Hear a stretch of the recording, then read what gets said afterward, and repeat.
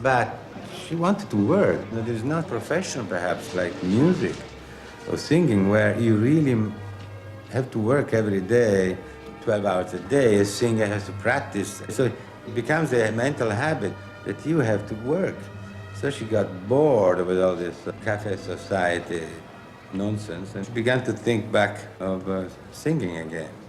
And we found her right in that moment, in '63 in Paris, that she held my hand as we came down the big staircase. She said, "We've got to work again together." So finally, with David, not only one thing, but a double bill. The idea was Tosca in Covent Garden, Norma in Paris, and switched them.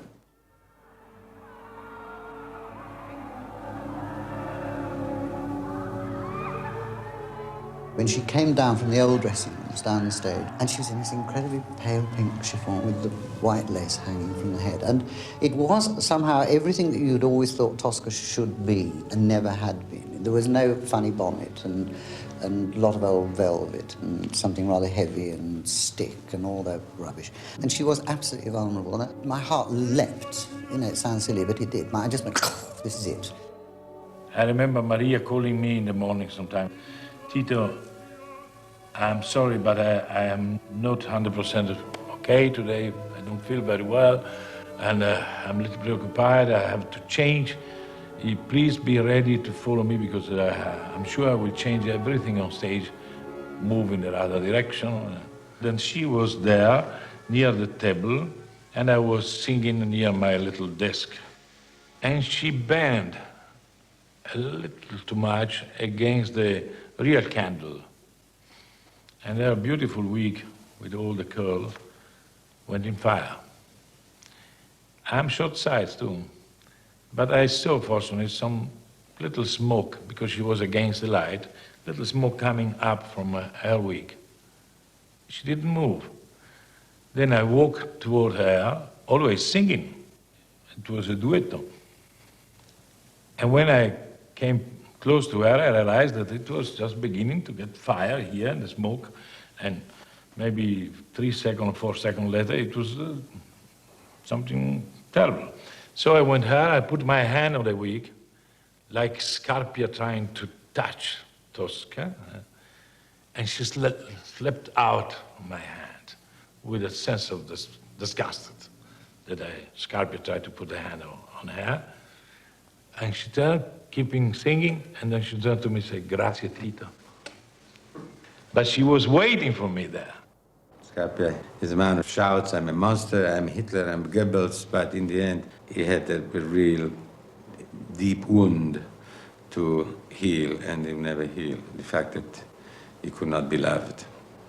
A night with Scarpia could be, for a woman, a little more exciting than the usual routine with the beautiful Roman stud. And little by little, I was conveying to her the idea that Scarpia was a bit like Onassis.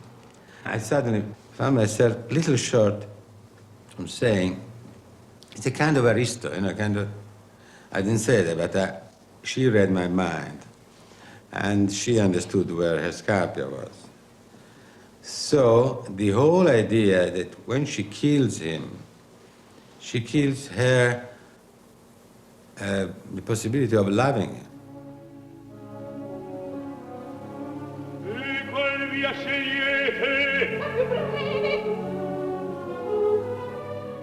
It's all going to be very sexy and all of that. And she prepares herself for this outrageous but very attractive experience. And while she drinks a glass of water to comfort her, she sees the blade sparkling, the blade of the knife on the table. She remains absolutely transfixed, looking at this blade for what seemed to be a century. And when he arrives to kiss her, she grabs the blade and the knife and kills him with one stroke, right at the heart. That was the leading idea of her hysterical, eruption of killing. I have to kill this man, Onassis.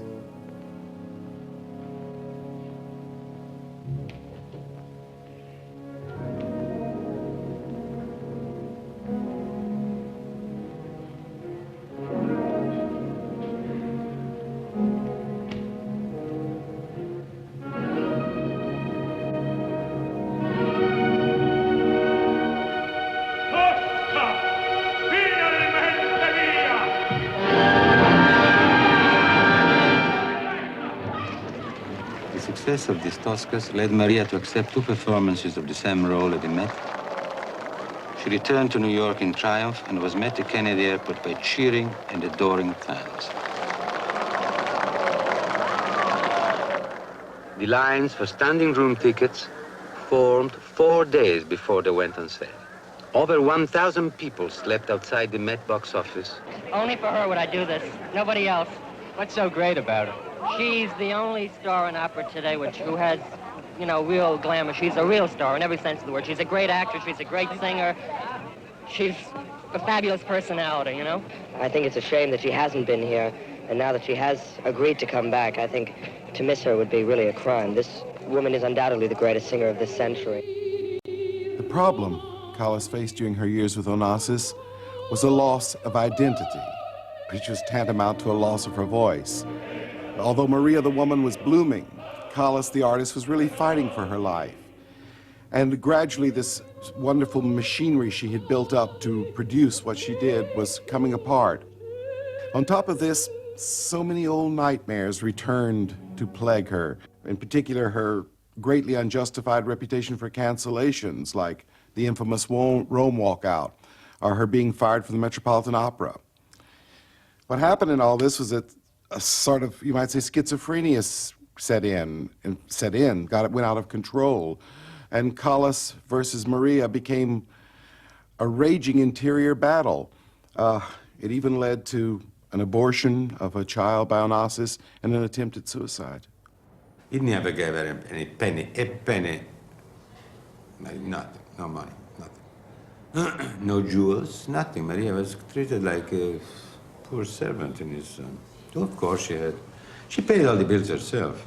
Her dream, the dream of a poor Greek child, the very moment that her career was declining, to step out alla grande by marrying the richest man on earth, who happened to be also Greek. Actually, she found herself in a little trouble, and that's why she came back recording to get some money from royalties, because she needed money. The only thing is, invested her money. She bought half a boat with him, imagine. Cargo boat, which she sank. But he, after he used and squeezed the juice out of Maria, he just dumped her.